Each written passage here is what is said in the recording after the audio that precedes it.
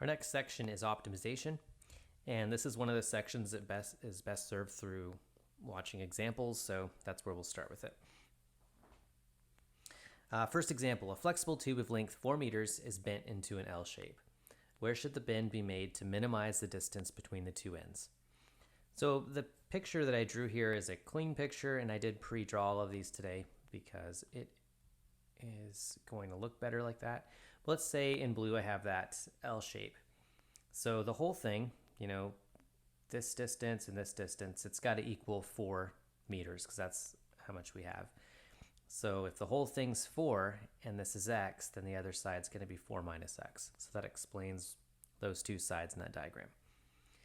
The hypotenuse of that triangle, z, is going to be the distance between the two ends. So what we're trying to do is figure out how to minimize that distance. So with this one, we're going to work with z first. So this is based on the Pythagorean theorem. So z squared is equal to 4 minus x squared plus x squared. And then if we take the square root, we get z equals the square root of 4 minus x squared plus x squared. And then if we, multiply that out and simplify it, we'll get the square root of 2x squared minus 8x plus 16.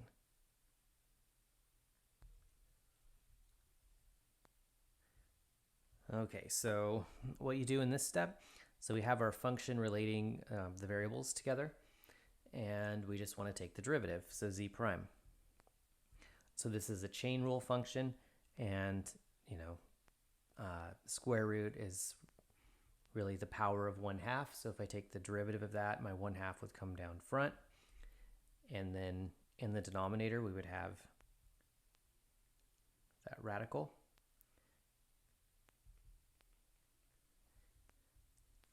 And just to explain that, if we take the derivative of a square root, it's going to be 1/2 x raised to the negative 1/2. So the negative 1/2 is in the denominator now. And so that's the derivative of the outer function, and now the derivative of the inner function is just 4x minus 8. Okay, so what we do with these is minimums and maximums happen when the derivative is equal to 0. So we took the derivative, and now we're going to look at what makes this 0. So when you have a fraction, the numerator is what determines whether it's equal to 0 or not. So we set the numerator to 0, solve for x, and we get 2. And we know that if you have two sides we're going to have this tube, and if we add the two lengths together, we have to have 4 because that's the length of material we have. And now we know x is 2. So y is also 2. And so it says, where should the bend be made to minimize the distance between the two ends? This should be bent at the middle.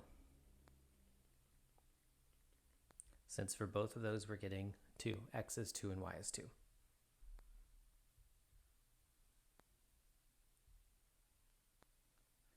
Okay, our next example. And there's these questions come in lots of different styles, so no two of these are the same. So a rancher will use 600 meters of fencing to build a corral in the shape of a semicircle on top of a rectangle. Find the dimensions that maximize the area of the corral. So this picture I drew, this is the literal picture that I would get if I were just to draw it like based on exactly what I read. So it's a semicircle on top of a rectangle. But he's talking about maximizing the area with this. And so we're going to have to work with the perimeter as well to do that. But I'm going to take this line and move it down here because that's really the true shape of the fenced area. So let's first look at the perimeter. And I will try to keep all of this organized really clearly on my page. And the reason I'm working with perimeter, because the first statement is implying that it's talking about perimeter. So it's 600 meters of fencing to build a corral in the shape of this. And then we're maximizing area. So we're going to have to use both the perimeter and area functions. This is similar to what we do when we do related rates problems. So the perimeter of this, though, I will have 2y's, because this side is y as well. So 2y plus x. And then the equation of the semicircle. So that would be the equation, or the circumference of the semicircle is really what we're talking about. So the circumference of a circle is 2 pi r. And in this case, r is going to be x over 2. So we're going to add to this 2y plus x 1/2. And so we're saying 1/2 of a circle. And the circumference of that circle is 2 pi times x over 2. And the perimeter will equal 600 total. So let's clean this up a little bit. This is 2y plus, I'm going to do this other term first. So this would be pi x over 2 plus x equals 600. And then if I go ahead and solve for y, subtract everything to one side, divide by 2, I will get 300 minus pi x over 4 minus x over 2. So I am skipping quite a few steps there. So if you wanted to work that out to make sure it's what I have there, you could do that. But it is this. All right, so we have our perimeter. We're going to use this in a minute. So the area function for this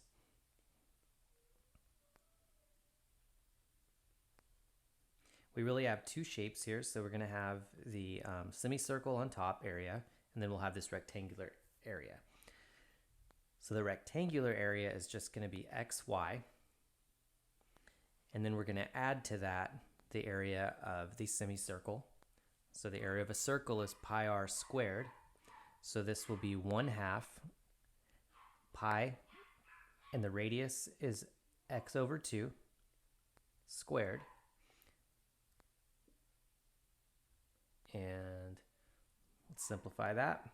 So we'll have xy plus pi x squared over 8.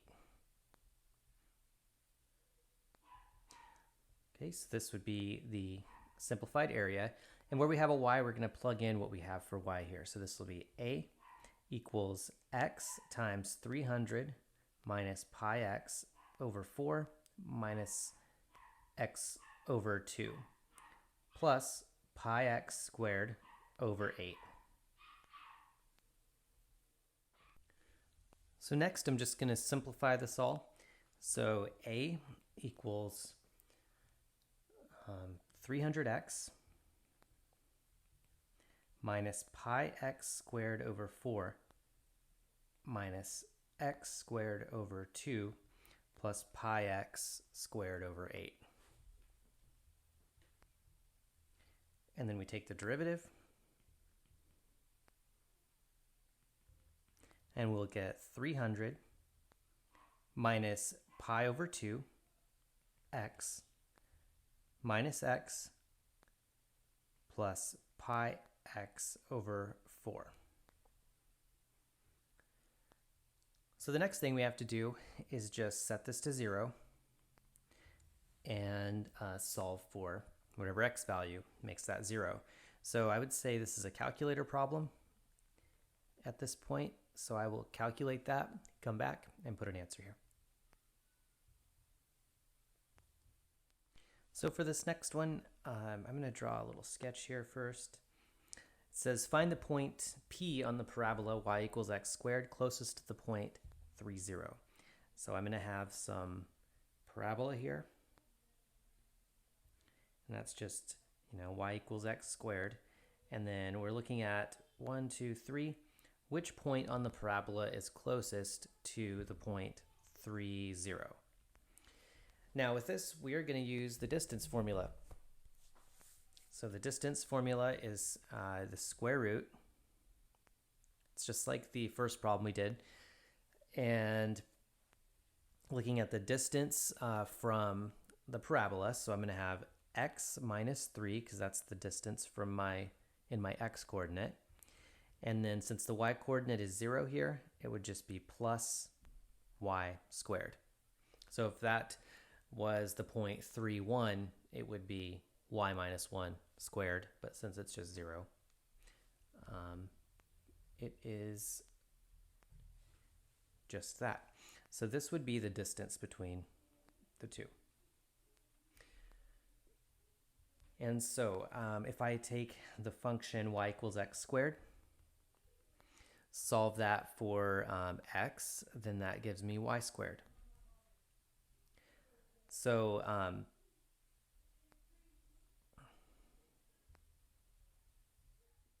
now we have to write this all in terms of one variable. So I'm going to have the y squared. It says y is equal to x squared, so that's given to me in the prompt. And so I'll replace that. So d of x is the square root of x minus 3 squared plus x squared squared. And then I am going to simplify that.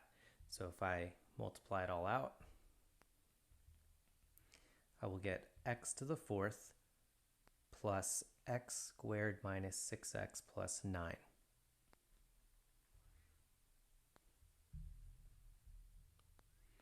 And then we're going to take the derivative of it.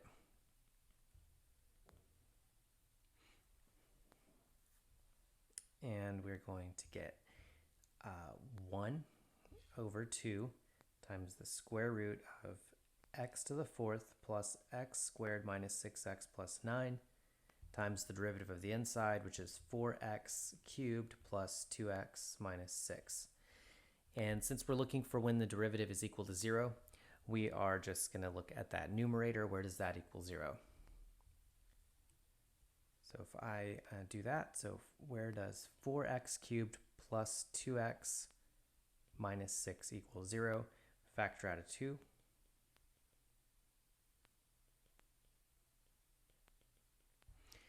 And you could do this a bunch of different ways. You could graph this. When I'm looking at that, the 2 on the outside of the parentheses doesn't matter as far as what makes it 0. And then inside of that, if we plugged in a 1, you could see that that would be the only value that would make that 0. So that's what the value is. It's x equals 1. So if x equals 1, next all we're going to do is plug in our 1 into our original function. So I'm saying y equals x squared, and x is 1. So that means y is 1. So the point on the parabola closest to the point 3, 0 is the point 1, 1.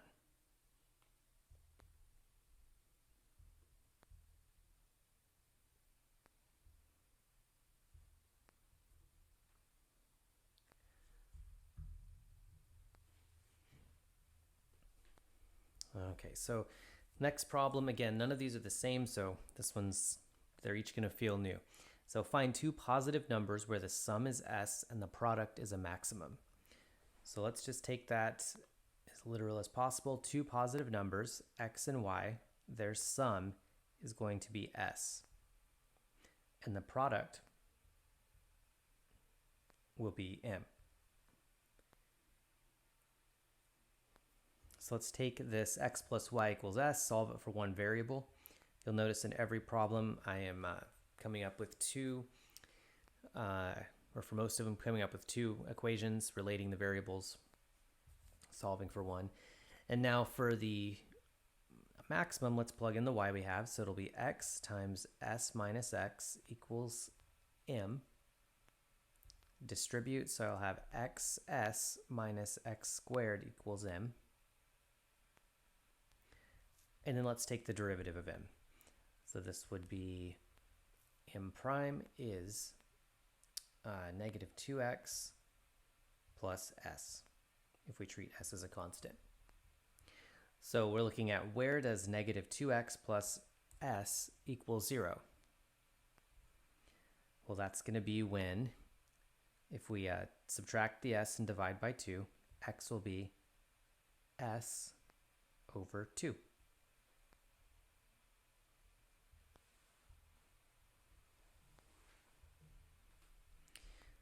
Okay, so now we're going to have our have to plug this in. So let's go over here. Y will equal s minus s over 2, because that's what x is. So this is like 1s minus 1/2 s, so y is also s over 2.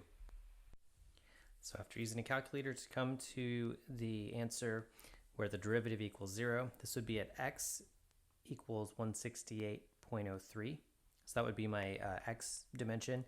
And then to get the y dimension, we plug that into our function for the area, and we get 25,204.262. So your dimensions would be 168 by 25,204 approximately.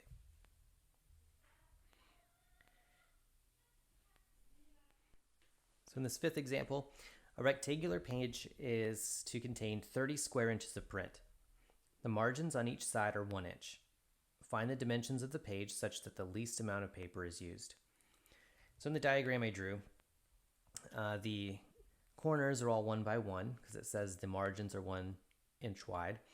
And then the print area, which is this shaded area, that is the part that needs to contain 30 square inches of print. So I'm going to start with the area here. The area is x times y, so we're talking about the printed area, and that will equal 30. And so we just solve this for a variable because I know I'm going to need to do that at some point. Now let's talk about the perimeter. So the perimeter, we have, let's see here. If you look at this distance in the x direction, that would be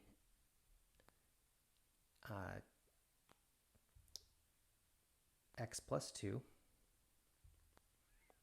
And we have 2 of those because we have one at the top. And then we're going to have 2 y plus 2s. Again, because we have the distance y, and then each margin is 1. So let's simplify that.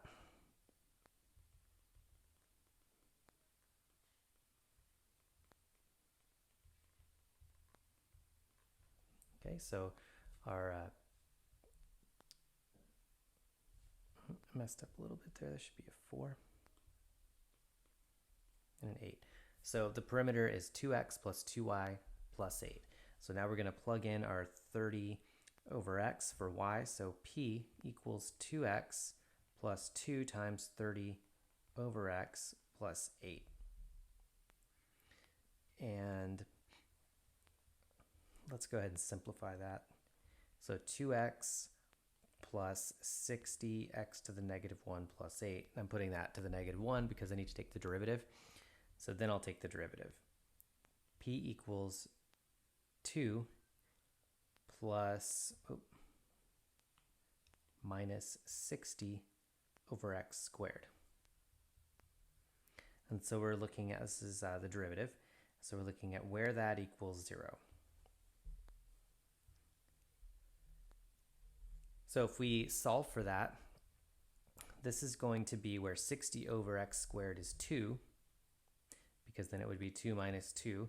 So this would be at root 30. So x equals root 30.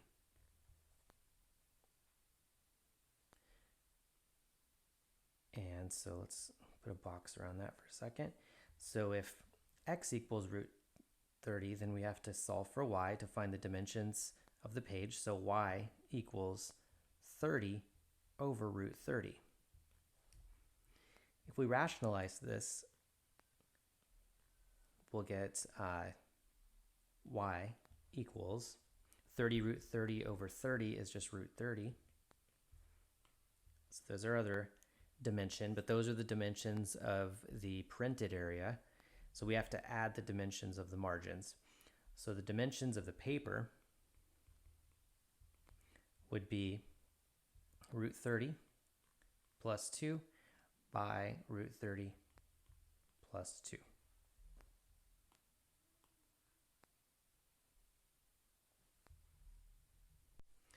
And here's our last example. Find the point on the graph of f of x equals root x that is the closest to the point 4, 0. So before I even start here, I'm going to label the point xy. And to clarify this a little bit, f of x, I'll relabel that as y. And now we're just going to use the distance formula again. So that's going to be our y, which we don't know because it's root x, subtracting our y coordinate of 0, squaring that, and adding that to our value x minus our x value of 4 given. So let's simplify this. So d equals x plus x squared minus 8x plus 16. So we'll have d equals x squared minus 7x plus 16. So that's simplified. Now we just take the derivative. So d prime, just like the other ones when we use the distance formula, it's going to be 1 over 2 times the square root of x squared minus 7x plus 16 times the derivative of the inside function, which would be 2x minus 7. So our the part that we're concerned with is the numerator. That's the only thing that'll make it 0. So where does 2x minus 7 equal 0? That's when x is 7 over 2. And so that would be our x value. And then to find the y value, or the y coordinate, this would be f of 7 over 2, which would be the square root of 7 over 2. So the point closest to the graph would be 7/2, comma, root 7 over 2.